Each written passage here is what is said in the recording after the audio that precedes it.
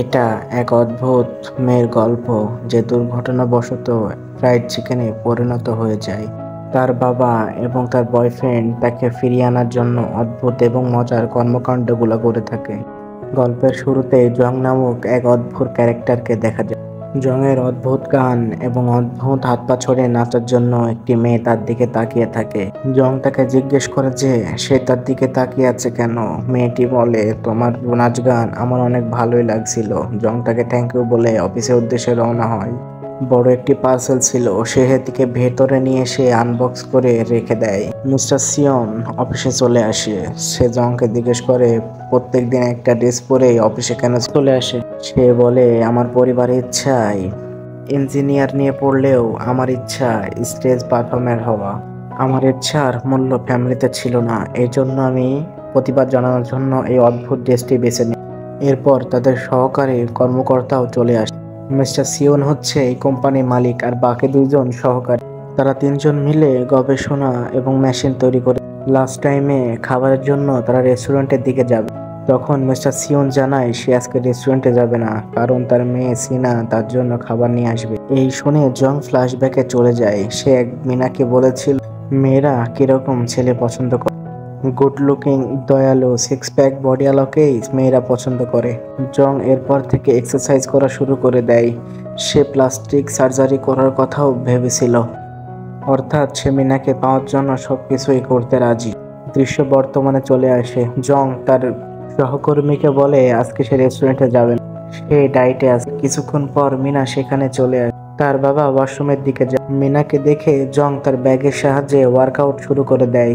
মিনা বলে, এবার থামো, ব্যাগটা ছিঁড়ে যাবে। খাবারের ব্যাগটাই ব্যাগ নামক রেস্টুরেন্টের ফ্রাইড চিকেন ছিল। জং জানায় তার ব্যাগজমের রেস্টুরেন্টের ফ্রাইড চিকেন খুবই পছন্দ। সে খেতে বসে যায় এবং বলে ব্যাগজম খুবই জনপ্রিয়, সবসময় ভিড় লেগেই থাকে। ধারণা করা হয় প্রায় 200 বছর আগে এই রেস্টুরেন্টটা চালু হয়। তারা তৎকালীন রাজার জন্য এই রেসিপি তৈরি করেছিল। রাজারটা ভীষণ ভালো লাগে। এরপর থেকে তার পেছনে ফিরে তাকাতে হয়নি। তাহলে ব্যাগজাম থেকে ফ্রাইড চিকেন প্রতিদিন নিয়ে আসবো, আর তোমাকে ওয়ার্কআউট আর ফেস সার্জারি করাতে হবে না, তুমি এমনিতেই হ্যান্ডসাম।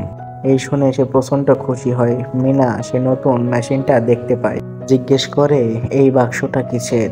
জং বলে বাক্সটা আজকে আসছে, এটার অনেক কাজ বাকি আছে। এটা হচ্ছে স্লিপিং মেশিন। মিনা বলে আমি 14 ঘন্টা ঘুমিয়েছি, আমার আরো কিছুক্ষণ ঘুমাতে হবে। সে মেশিনে ঢুকে পড়ে। তার সামনে একটি অদৃশ্য বাটন ভেসে আসে। প্রেস করতেই চালু হয়। তাকে দেখার জন্য জং সামনে যেতেই তার হাত থেকে খাবারটা পড়ে যায় এবং মিনা শেষবারের মতো চিকেনটার দিকে তাকায়। মেশিন থেকে অনেক ধোঁয়া বের হয়। তখন মিস্টার সিয়ং সেখানে চলে আসে। এত ধোঁয়া দেখে জং দরজা খোলে, কিন্তু ভিতরে মিনা ছিল না, সেখানে পড়েছিল ফ্রাইড চিকেন।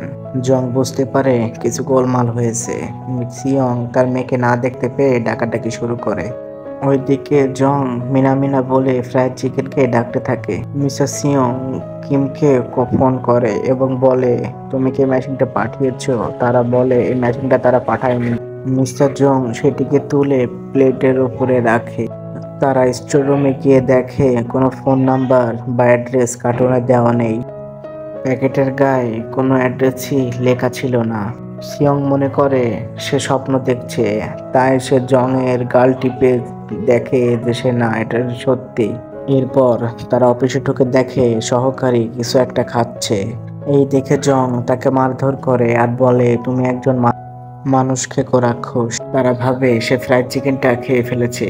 এই দেখে মিস্টার সিও অজ্ঞান হয়ে যায়। ফ্ল্যাশব্যাকে দেখানো হয় মেয়ের জন্মের সময় তার স্ত্রী মারা গিয়েছিল। এরপর থেকে তার মেয়েকে সে নিজ হাতে বড় করেছে। সে তার মেয়ের চুল বাঁধতে পারত না, এই জন্য সে একটি মেশিন আবিষ্কার করে। মেশিন দিয়ে চুল বেঁধে দিত এবং সে তার মেয়েকে কখনো রান্না করতে দেয়নি, সে তার মেয়েকে খাওয়াতো। তার সহকর্মী বলে ওঠে আপনারা একটি ফ্রাইড চিকেনের জন্য এমন কেন করছেন। আমি অন্য কারো খাবার খাই না, তাই সেটাকে আমার ফ্রাইড চিকেনের সঙ্গে ফ্রিজে রেখে দিয়েছি। তারা দেখে সেই বাক্সে অনেকগুলো ফ্রাইড চিকেন রাখা আছে। তারা অনেকক্ষণ গবেষণা করে বুঝতে পারে না এখানে কোনটা মিনা। ইয়ং বলে আমার মেয়েটা ফ্রিজের ঠান্ডায় জমে গিয়েছে। এই বলে তারা দুইজনা সেগুলোকে গরম করতে থাকে। তারা রাতে সিসি ক্যামেরা চেক করে দেখে গতকাল রাতে একজন লোক সেই বক্সটি রেখে গিয়েছিল। লোকটার মুখ চেনা যাচ্ছিল না, কিন্তু তার হাঁটার স্টাইল দেখে জং তাকে চিনতে পারে। জং বলে এই লোকটা নোবেলম্যান রেস্টুরেন্টের মালিক। ব্যাকজন রেস্টুরেন্টের পাশেই সেই রেস্টুরেন্টটি অবস্থিত। তাদের থেকে মাঝে মধ্যেই খাবার অর্ডার করে থাকি, কিন্তু সেই লোকটা এই মেশিনটা এখানে কেন রেখে যাবে? এই প্রশ্নের উত্তর খুঁজতেই তারা নোবেলম্যান রেস্টুরেন্টে চলে যায়। একজন মহিলা জানায় গতকাল রাতে মিস্টার নোবেল অ্যাক্সিডেন্টে মারা গিয়েছে। সিয়ং জানায় নোবেল গত রাতে একটা মেশিন রেখে গিয়েছিল। মেশিনের সম্পর্কে তার কি তথ্য প্রয়োজন? দেখা যায় তাদের এসব কথাবার্তা ওপর থেকে কেউ একজন শুনছিল। এই মেশিনটা নিয়ে চলে আসে। গতকাল ফোন করে এই মেশিনটার কথা জিজ্ঞেস করেছিলেন। আমি এই মেশিনটা আগেও দেখেছি। যখন ডক্টর ইউ এর অ্যাসিস্ট্যান্ট হিসেবে ছিলাম তখন তিনি এই মেশিনটাকে নিয়ে এক্সপেরিমেন্ট করেছিলেন। গবেষণা করে বুঝতে পারে মেশিনটা 200 বছরের পুরাতন। এই মেশিনটায় আঘাত হলেও সেটি আপনা আপনি ঠিক হয়ে যায়। সে বিশ্বাস করত এই মেশিনের সাহায্যে তার মৃত কুকুরটাকে ফিরিয়ে আনতে পারবে। কিন্তু দেখা যাচ্ছে মিস্টার ইউর মেশিনের সঙ্গে আপনাদের মেশিনের চিহ্ন মিলছে না। সিয়ং বলে মিস্টার ইউনকে এই বিষয়ে জানানো উচিত। কিম জানায় মিস্টার ইউনকে অনেকদিন যাবৎ খুঁজে পাওয়া যাচ্ছে না। সে এক বিল্ডিং এ ঢুকে আর বের হয়নি। পুরো পুলিশ তল্লাশি করে দেখতে পেয়েছে সে কোথাও নেই। তারা সিদ্ধান্ত নেয় এর ভিতর থেকে প্রথমে মিনাকে খুঁজে বের করতে হবে। তাই তারা ব্যাকজম রেস্টুরেন্টে চলে আসে এবং বলে আপনাদের 2টি ফ্রাইড চিকেন দেখলে আমি চিনতে পারবো কিনা, কারণ তাদের ফ্রাইড চিকেনের মধ্যে একজনের জীবন আটকে রয়েছে। উদ্ভট কথাবার্তা শুনে মহিলাটি তাদেরকে বেরিয়ে যেতে বলে। এরপরও তারা বিরক্ত করে যাচ্ছিল, এই জন্য তাদেরকে বাইরে ছুঁড়ে ফেলে দেয়।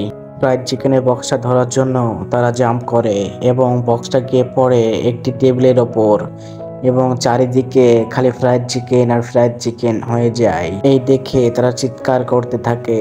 তারা বক্সে উঠিয়ে রাখে। কাস্টমারের খাবার নষ্ট করার জন্য তারা জরিমানা দিতে যায়। তখনই দেখে একটি পিচ্চি মেয়ে তাদের বক্স থেকে চিকেন খেতে শুরু করে। এই দেখে জং অজ্ঞান হয়ে পড়ে। তাদের দুরবস্থা দেখে মেয়েটার মা তাকে চিকেনটা রেখে দিতে বলে। তখন একজন মেয়ে বলে এই চিকেনটা আপনার মেয়ে নয়। আর সে জংকে বলে তোমার এত মোটা পেট কিভাবে এত কমে গেল? কার জন্য এক্সারসাইজ করেছো? কারণ মেয়েটা জং এর এক্স গার্লফ্রেন্ড। জং তাকে খবর দিয়েছিল এখানে আসার জন্য, কারণ মেয়েটা হচ্ছে একজন ফুড ক্রিটিক। সে বিভিন্ন রেস্টুরেন্টে খাবার নিয়ে গবেষণা করে থাকে। প্রথমে জং ঝগড়া শুরু করে, এই জন্য মেয়েটা তাকে সাহায্য করতে চায় না।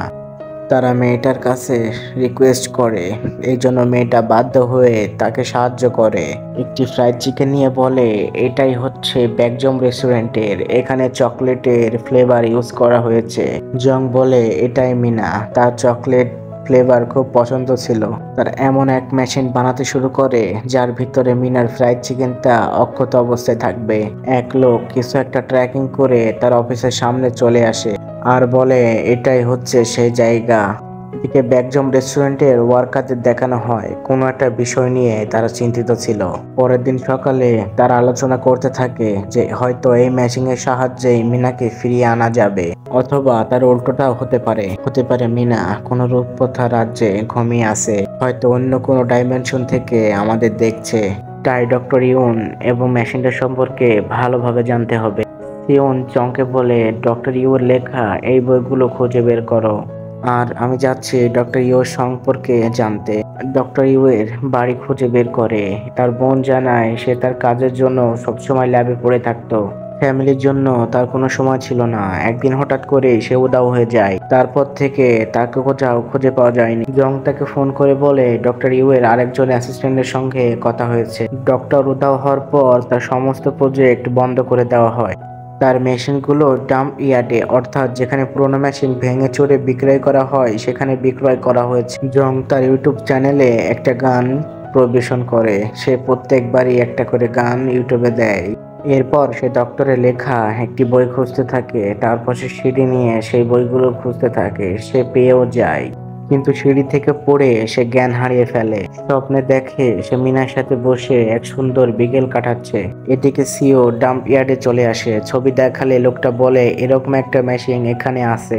সে মেশিনটা খুঁজতে বিশাল ওই স্তূপে নেমে পড়ে। অনেকক্ষণ খোঁজাখুঁজির পর তার অবস্থা একদম নাজেহাল হয়ে যায়। যাওয়ার আগে বলে মেশিনটা খুঁজে পেলে এই ঠিকানায় পাঠিয়ে দেবে। পরের দিন একটা রিমোট কন্ট্রোল মাসিকে তাদের অফিসের ভিতরে ঢোকায়। সেই লোকটা অফিসের ভিতরে ডমটা দেখে সে অনেক খুশি হয়। এদিকে সিওন আসে ডক্টরের আরেক অ্যাসিস্ট্যান্টের সঙ্গে কথা বলতে। তাদেরকে এই ছবিটা দেখায়, বলে ডক্টর ইউন এই ছবিটা তার বোনের বাড়িতে পেয়েছিল।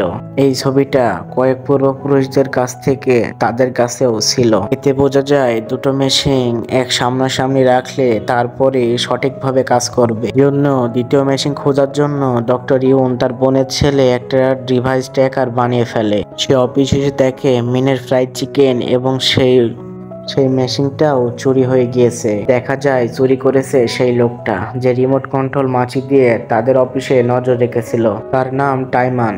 তার কাছে দুটো মেশিনের পাশাপাশি মিনার ফ্রাইড চিকেনটাও ছিল। সে চাইছে অনেকগুলো গোল্ড এবং মেশিনের সাহায্যে তার চেহারাকেও পরিবর্তন করে ফেলে এর মতো করতে। দুটো মেশিন পাশাপাশি রাখতেই চালু হয়ে যায়। দরজা খুলে বেরিয়ে আসে ডক্টর ইউন। এখন গল্পটা টাইমানের ছোটবেলায় চলে যায়। তাইমান আর তাইওয়ান দুই ভাই। তাইওয়ান ছিল খুবই মেধাবী, জন্য তার আঙ্কেল ডক্টর ইউন তাকে প্রচন্ড ভালোবাসত। তাইমান সবসময় তার লেখাপড়া নিয়ে পড়ে থাকতো, কিন্তু তাইওয়ান ছিল তার সম্পূর্ণ বিপরীত। তাইওয়ান পড়ে থাকতো ভিডিও গেম নিয়ে। তার একসঙ্গেই বড় হয়। তাইওয়ানের চেহারা ভালো ছিল না, তাকে দেখতে বয়স্কদের মতো লাগতো। এজন্য মেয়েরা তাদের সবসময় রিজেক্ট করতো। আর তাইমান ছিল খুবই হ্যান্ডসাম, তার দিকে মেয়েরা সবসময় পড়ে থাকতো। শেষমেশ তাইমানের একটা গার্লফ্রেন্ড হয়েছিল।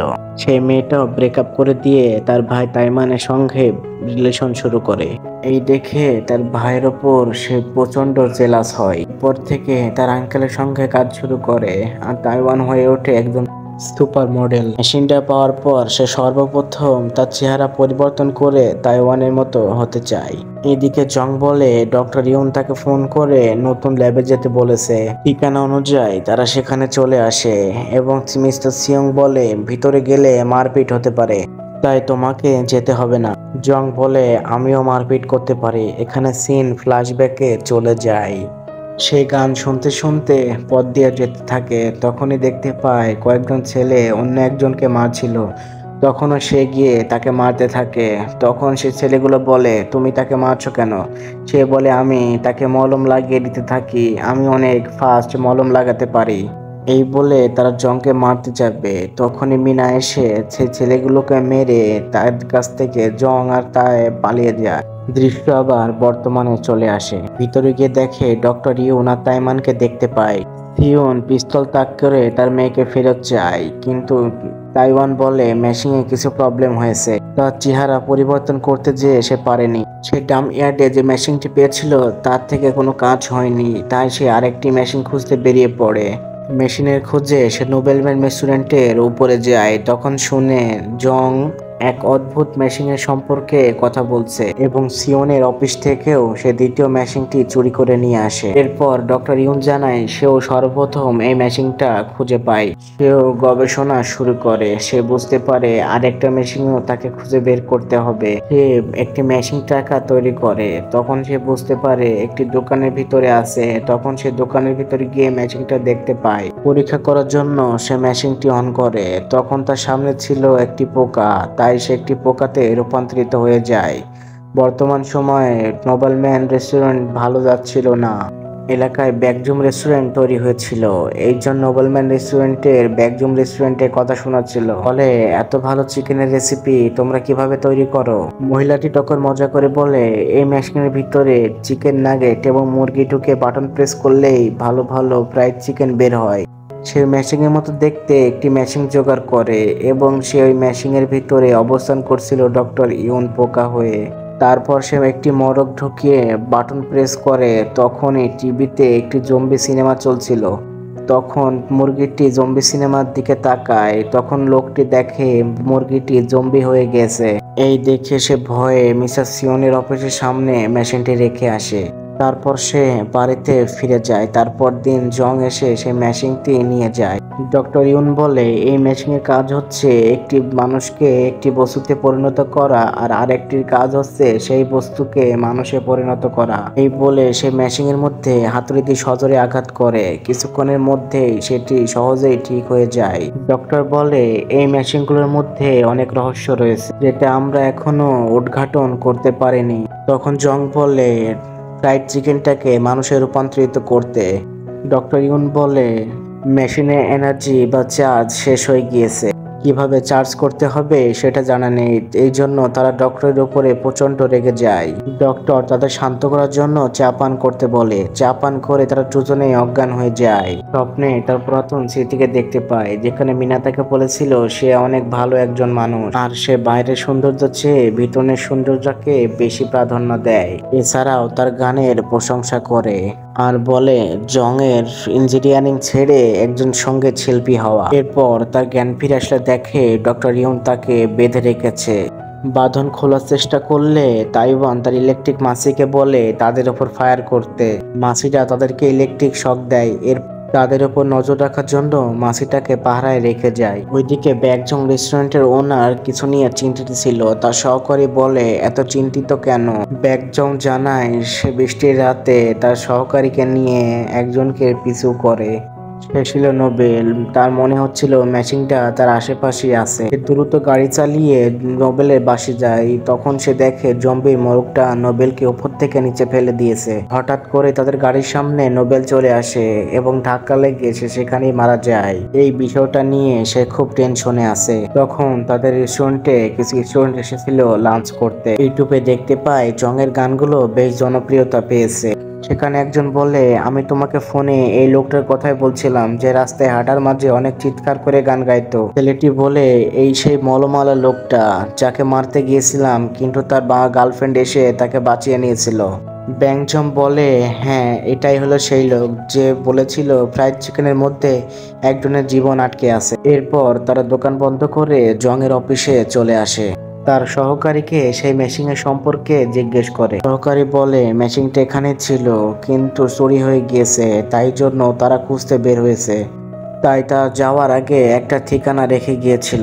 ওই দেখে সেই চারজন সেই ঠিকানার উদ্দেশ্যে বেরিয়ে পড়ে। ওরদিকে সিওন সেই টাইমারকে একটি ছবি দেখিয়ে জিজ্ঞেস করে ডক্টর ইউ এর অ্যাসিস্ট্যান্ট দেখিয়েছিল। তাইওয়ান বলে এই ছবিটা আমাদের বাসায় খুঁজে পেয়েছিলাম আঙ্কেল। ছবিটা দেখেই বোঝা যায় এই মেশিনগুলোর সঙ্গে এই ছবিটার যোগসূত্র রয়েছে। পারিবারিক সূত্রে জানতে পাই এই ছবিটা প্রায় 200 বছরেরও পুরনো। কাহিনীটা 200 বছর অতীতে চলে যায়। দেখা যায় তার পূর্বপুরুষরা জঙ্গল থেকে লাঠি নিয়ে এসে বিক্রি করত। একদিন লাকড়ি সংগ্রহ করতে গিয়ে অনেক দেরি হয়ে পড়ে। জঙ্গলের মাঝখানে উজ্জ্বল আলো দেখতে পেয়ে সে লুকিয়ে পড়ে। দেখে কয়েকটি এলিয়েন এবং 2টি মেশিন নেমে আসে এবং তারা মেশিনের সাহায্যে রাজার রূপ ধারণ করে। তাই সে এই দুটো খাতায় নোট করে রাখে। কিন্তু তারা এই অদ্ভুত ঘটনা বিশ্বাস করছিল না। তাই তারা মানুষ রূপে এলিয়েনকে ধরে নিয়ে এসে সে জঙ্গলের ভিতর নিয়ে আসে। সে ঢুকে রাজার রূপ ধারণ করে এবং রাজাকে ঢুকিয়ে তার সামনে পাথর রেখে পাথরে পরিণত হয়ে যায়। আর সেই লোকটা হয়ে যায় সেই রাজ্যের রাজা। রাজা একদিন পালকিতে করে বাড়ি ফিরছিল। হঠাৎ পালকিটা মাঝ রাস্তায় দাঁড়িয়ে যায়। পালকির পেয়ারারা জিজ্ঞেস করে আমাদের মেশিনটা কোথায় রেখেছেন। এই শুনে সে দৌড়াতে থাকে, কিন্তু তারা চারজন তাকে আটক করে ফেলে। তারা জানায় চারজনই তারা এলিয়েন। তারা মেশিন দুটো না ফিরে পেলে তারা নিজ গ্রহে ফিরতে পারবে না। রাজা বলে সে মেশিনগুলো নদীতে ফেলে দিয়েছে। তাই সে চারজন এলিয়েন মেশিনটির খোঁজে আজও পৃথিবীতে ঘুরে বেড়াচ্ছে। তারা ডক্টরের ল্যাবে চলে আসে এবং সবাইকে বুঝিয়ে বলে, কিন্তু কেউ বিশ্বাস করে না যে এরা সবাই এলিয়েন। ব্যাকজম বলে তাদের সুপার পাওয়ার আছে, কিন্তু তাদের সুপার পাওয়ার কোনো মানুষের ওপর ব্যবহার করার নিয়ম নেই। শক্তি রাখার জন্য ব্যাকজম তাদের ওপর হামলা করে এবং তারা বাধ্য হয়ে তাদের শক্তি ব্যবহার করে। এই দেখে তারা বিশ্বাস করে নেয় তারা সত্যিকারের এলিয়েন। ব্যাকজুং বলে তাদের মেশিনগুলোর চার্জ ফুরিয়ে এসেছে, তাই তাদের চারজনের মধ্যে যে কোনো একজন গ্রহে ফিরে যেতে পারবে। এবং বাকিদেরকে পরবর্তী নিয়ে যাওয়া হবে এবং মিনাকে মানুষে পরিণত করতে হলে তাদের গ্রহে নিয়ে যেতে হবে এবং সেখানে মিনাকে একদিন লাগবে মানুষে পরিণত করতে, কিন্তু তাদের গ্রহের একদিন পৃথিবীর 50 বছরের সমান। অর্থাৎ আগামী 50 বছর পর মিনা পৃথিবীতে আসবে। এছাড়া তাদের কাছে আর কোনো উপায় নেই। তারা সে মেশিনগুলো নিয়ে রওনা হয় সেই জঙ্গলের দিকে, অর্থাৎ তাদের স্টেশনের দিকে। সিয়ং হেভি ইমোশনাল হয়ে পড়ে, কারণ আগামী 50 বছর মিনার জন্য অপেক্ষা করতে হবে এবং তারা মেশিনের সাহায্যে এলিয়েনে পরিণত হয় এবং তারা চলে যায়। পরে মিস্টার সিয়ং অফিসটাকে তার সহকারীদের দিয়ে দেয় আর জংকে বলে সে যেন তার পেশাকে ফলো করে এবং জং গান শুরু করে। রাস্তায় জংকে দেখতে পায় এবং তারা বলে ইয়াং জেনারেশনের কাছে জং খুবই পপুলার হয়ে গেছে। তারা জংকে ইউলো পেন্টার বলে ডাকে এবং সেলফি তুলতে ব্যস্ত হয়ে পড়ে। পর 50 বছর হয়ে যায়। জং সাউথ কোরিয়ার সবথেকে বড় একজন সেলিব্রিটি। সিঙ্গিং ক্যারিয়ারে তারা আজ 50 বছর পূর্তি অনুষ্ঠান। লাখো ফ্যান জড়ো হয়েছে তাকে স্বাগত জানাতে এবং সে আধ্যাত্মিক একটি ডিভাইসের মাধ্যমে ফ্যানের সাথে দেখা করতে আসে। নিচে মিনার মতো দেখতে কেউ একজন দাঁড়িয়ে আছে, তাকে দেখার জন্য সে দৌড়ে চলে আসে, কিন্তু সেই মেয়েটা মিনা ছিল না। মিনা প্যাংজং রেস্টুরেন্টে চিকেন নাগেট নিয়ে এসেছিল। সে বলে তার দাদি সর্বপ্রথম জং এর ফ্যান, কেউ তাকে চিনত না কিন্তু আমার দাদি তোমাকে চিনত, আর তার দাদি কয়দিন আগেই মারা গিয়েছে। তার খুব মন খারাপ হয়, তাই সেখানে দাঁড়িয়েই সে খেতে শুরু করে। হঠাৎ রাতে ঘুম ভেঙে যায় এবং সে দেখে ব্যাকজং এসেছে। ব্যাকজং বলে সে মিনাকে একদিনে মানুষে রূপান্তর করতে পারেনি, তার এখনো একদিন সময় লাগবে। অর্থাৎ একদিন মানে পৃথিবীর 50 বছর আর একদিন মানে পৃথিবীর 50 বছর, টোটাল 100 বছর সময় লাগবে। জং তখন আর বেঁচে থাকবে কিনা তার কোনো নিশ্চয়তা নেই। আর দ্বিতীয় রাস্তাটি হলো এই সুইচে প্রেস করলে সে অতীতে ফিরে যাবে, কিন্তু তার কোনো কিছু মনে থাকবে না। অর্থাৎ দ্বিতীয় রাস্তাটি বেছে নিলে তার অনেক কিছুই অপূর্ণ থেকে যাবে। হয়তো তারা সিঙ্গার হওয়ার স্বপ্নটা পূরণ হবে না, কিন্তু সে কল্পনায় মিনাকে দেখতে পায়। মিনা বলে, তুমি আর বাবা আমাকে ফিরে পেতে অনেক কষ্ট করেছো, তাই আমি তোমাদের দুইজনকে একসঙ্গে ফিরে পেতে চাই। তাই জং সিদ্ধান্ত করে সে দ্বিতীয় রাস্তাটি বেছে নেবে। সে ভাবে সে মিনকে ফিরে পাবে, এই জন্য সে সুইচে চাপ দেয় এবং তার টাইমলাইন 50 বছর আগে চলে যায়। সেই দিন দুপুরে মিনা তাদের জন্য ব্যাকজমের চিকেন ফ্রাই নিয়ে আসে। সবকিছু আগের মতোই হয়ে যায়। সেই ছেলেগুলো জংকে মারতে যাবে, তখন মিনা এসে সবাইকে মেরে জংকে বাঁচিয়ে নেয়। গল্পটি এখানেই শেষ হয়ে যায়। আবার দেখা হবে।